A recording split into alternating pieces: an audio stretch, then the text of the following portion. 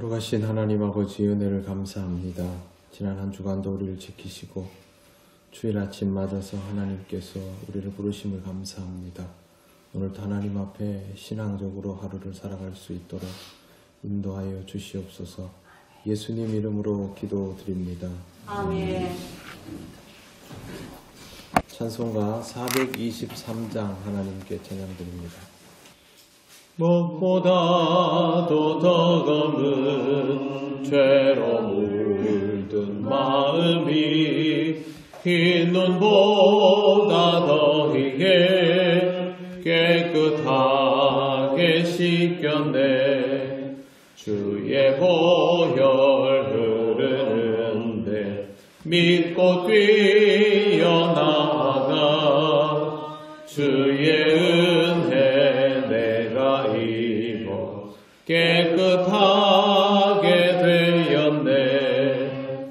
모든 의심 걱정과 두려움이 사라져 슬픈 탄식 변하여 기쁜 찬송 되었네. 주의 보혈 흐르는데 믿고 뛰어나가 주의 은혜 내가 입어 깨끗하게 되었네.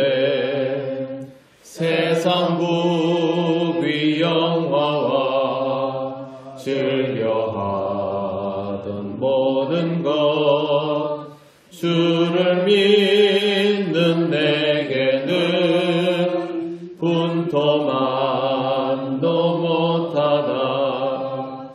주의 보혈 흐르는데 믿고 뛰어나가 주의 은혜 내가 입어 깨끗하게 되었네. 나의 모든 보배는 저 천국에 쌓였네. 나의 평생 자랑은 주의 십자가로다. 주의 보혈 흐르는데 믿고 뛰어나가 주의 은혜 내가 입어 깨끗하게 되었네. 하나님 말씀 사무엘하 3장 12절부터 30절까지입니다. 한 절씩 교독하겠습니다. 아브넬이 자기를 대신하여 전령들을 다윗에게 보내어 이르되 이 땅이 누구의 것이니까? 또 이르되 당신은 나와 더불어 언약을 맺사이다. 내 손이 당신을 도와 온 이스라엘이 당신에게 돌아가게 하리이다 하니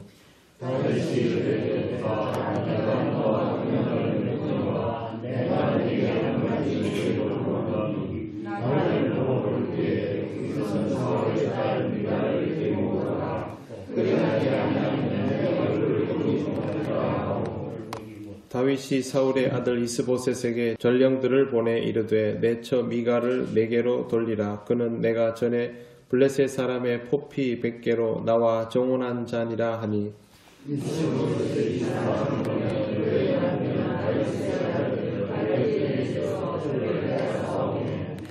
그의 남편이 그와 함께 오되 울며 바후림까지 따라왔더니 아브넬이 그에게 돌아가라 하매 돌아가니라.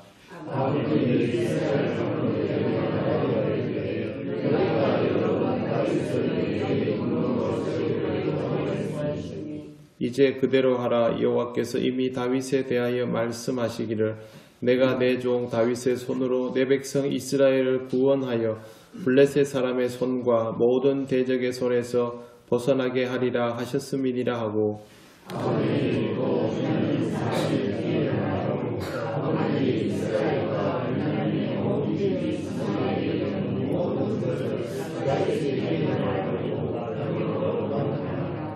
아브넬이 부하 20명과 더불어 헤브론에 이르러 다윗에게 나아가니 다윗이 아브넬과 그와 함께한 사람을 위하여 잔치를 배설하였더라.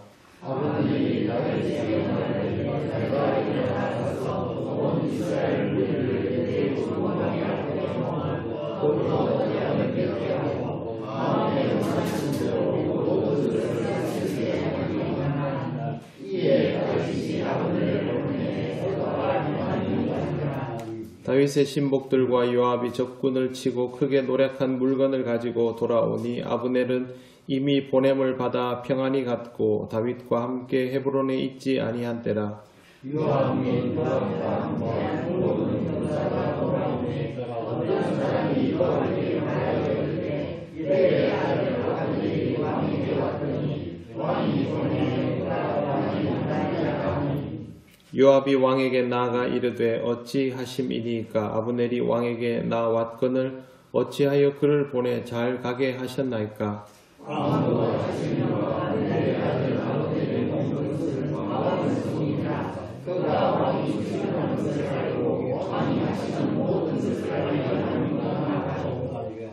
이에 요압이 다윗에게서 나와 전령들을 보내 아브넬을 쫓아가게 하였더니 시라 우물가에서 그를 데리고 돌아왔으나 다윗은 알지 못하였더라.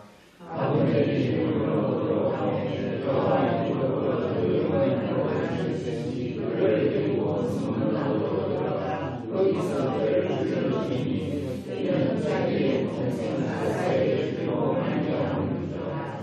그 후에 다윗이 듣고 이르되 넬의 아들 아브넬의 피에 대하여 나와 내 나라는 여호와 앞에 영원히 무죄하니 그 제가 여호와의 이름과 그의 아버지의 온 지역으로 돌아가겠다. 또 여호와의 집에서 강박하시는 자나 남용한 자나 부산을 부리는 자나 칼에 죽는 자나 양식 나르는 자가 변하지 않으면 정하리라. 같이 읽겠습니다.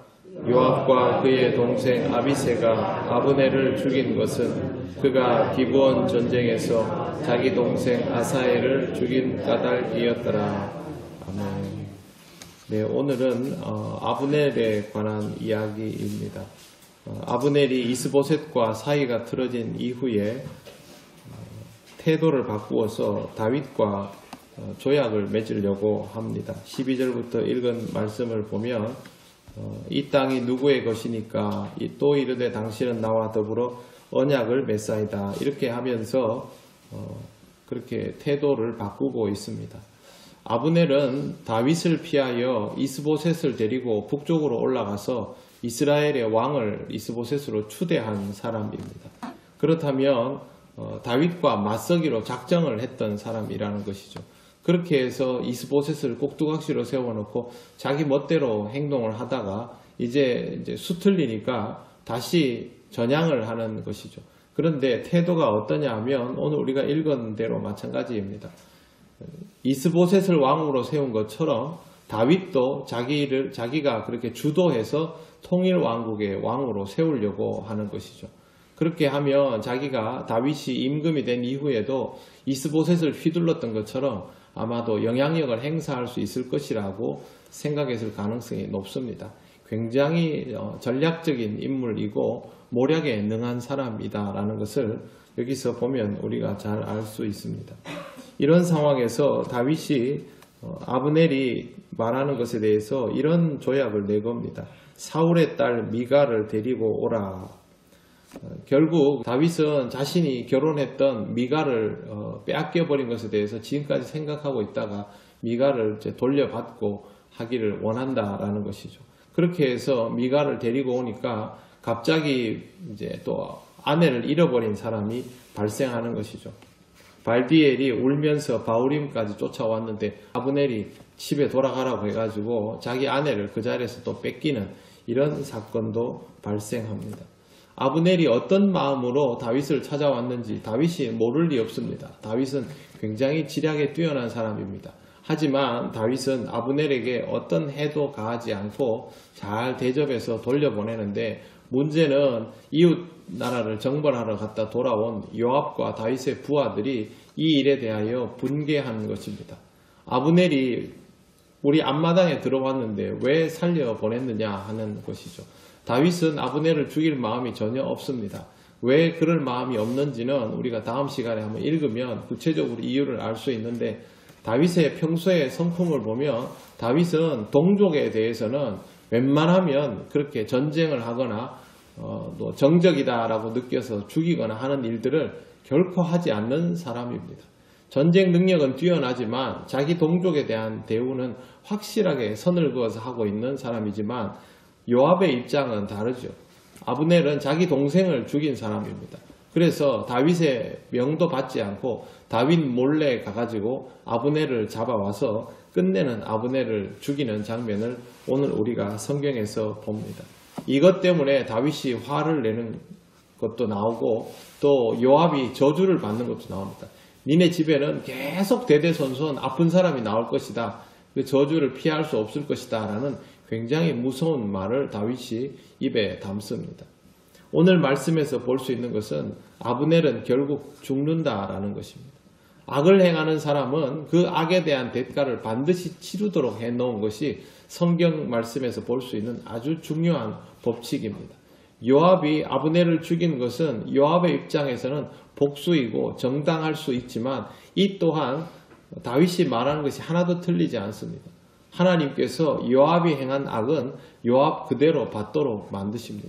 아브넬은 지금까지 하나님께서 세워놓으신 기름 부은 종들을 데리고 장난을 친 사람입니다. 그리고 이 장난을 지금 또 치려 하는 것이죠. 이스라엘의 왕은 하나님이 세우신 자입니다. 그렇기 때문에 이 왕이 세워지고 내려가고 하는 것은 하나님이 결정하시는데, 이걸 아브넬이 계속해서 자기가 주도하려고 하고 있는 것이죠. 실제로 역사에는 이런 류의 인물들이 있습니다. 아브넬이 이런 일을 하는 것은 하나님의 나라에서는 통하지 않는 것이죠. 그 악에 대한 보응을 오늘 요압을 통해서 받은 것이고, 하나님께서 또 요압이 아브넬에 대하여 행한 것도 거기에 따라 보응하십니다. 하나님은 선과 악에 대하여 분명히 선을 긋는 분입니다. 그러므로 우리가 하나님 나라 안에서 살아가려면 어떤 경우에도 악을 행하는 것을 조심하여야 합니다. 우리도 모르는 사이에 악을 행할 수 있습니다. 아브넬이 왜 이런 행동을 했을까요? 생존을 위해서입니다. 그리고 그 생존의 다음 단계는 번성함입니다. 내 자신을 위하여 처세한 것이 결국에는 하나님의 역사에 맞서는 것이 되었던 것이죠. 생존이야 본능이라 할 수 있겠지만 그 본능의 단계를 넘어가면서부터는 더 이상 본능이라고 말할 수 없습니다. 인간은 자신을 지키려다가 하나님을 어기는 그런 죄를 범할 가능성이 아주 높은 존재입니다. 그러므로 우리는 항상 하나님 앞에서 우리 자신을 지키려다가 하나님 앞에 죄를 범하는 일이 생기지 않도록 각별히 주의할 필요가 있습니다. 다윗은 이 부분에 대하여 지금까지는 아주 잘 해오고 있습니다. 이것이 하나님께서 다윗을 여전히 기름 부어 세우시는 이유이기도 합니다. 하나님께서 기름 부어 세우신 여러분의 삶을 귀하게 여기면서 늘 하나님 앞에서 죄를 짓지 않고 근신하고 겸손하게 살아가시는 여러분 되시기를 바랍니다. 기도드리겠습니다. 하나님 감사합니다. 오늘 또 말씀을 통하여 우리에게 교훈 주심을 감사합니다. 누구나 처세를 할 수 있지만, 누구나 자기 생존을 위하여 지략을 쓸 수 있지만, 그것이 하나님의 지경을 넘어서는 일이 되어서는 안 됨을 오늘 또 배웠습니다. 아버지 하나님, 우리가 항상 우리의 삶을 살피게 하시고 또 깊이 돌아보게 하셔서 우리의 생존 방법이 또 우리의 처세가 하나님을 거역하는 일이 되지 않도록 늘 깨어있는 삶을 살아가게 하시옵소서. 오늘 거룩한 주일 주의 말씀을 듣고 예배할 때에도 이와 같은 일들이 항상 깨달아지며 하나님 앞에서 겸손히 행하는 귀한 하루가 되게 하여 주옵소서. 하나님, 슬픔을 당한 가정을 위로하여 주시고 이 가정에 하나님께서 주신 믿음이 선물로 있음을 깨닫게 하셔서 장례를 치르는 동안에도 하나님의 은혜가 가득한 귀한 가정이 되게 하여 주시옵소서. 감사드리며 예수님 이름으로 기도드립니다. 아멘. 하늘에 계신 우리 아버지, 아버지의 이름을 거룩하게 하시며 아버지의 나라가 오게 하시며 아버지의 뜻이 하늘에서와 같이 땅에서도 이루어지게 하소서. 오늘 우리에게 일용할 양식을 주시고 우리가 우리에게 잘못한 사람을 용서하여 준 것 같이 우리 죄를 용서하여 주시고 우리를 시험에 빠지지 않게 하시고 악에서 구하소서. 나라와 권능과 영광이 영원히 아버지의 것입니다. 아멘.